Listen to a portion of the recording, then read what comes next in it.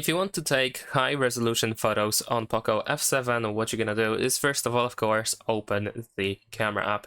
And of course, you can use the photo mode to capture pictures. We also have the HDR, and in this case, if you're looking for the highest resolution possible, we can use the 3:4 aspect ratio as it provides the highest resolution among other options. However, you can actually capture a photo with an even higher resolution, and to do so we need to go to the Pro mode, and over here in the top right corner we can switch from 12.5 megapixels to 50 megapixels, and of course we can now take the photo using the Pro mode. By doing so, you will capture a photo with the highest resolution possible.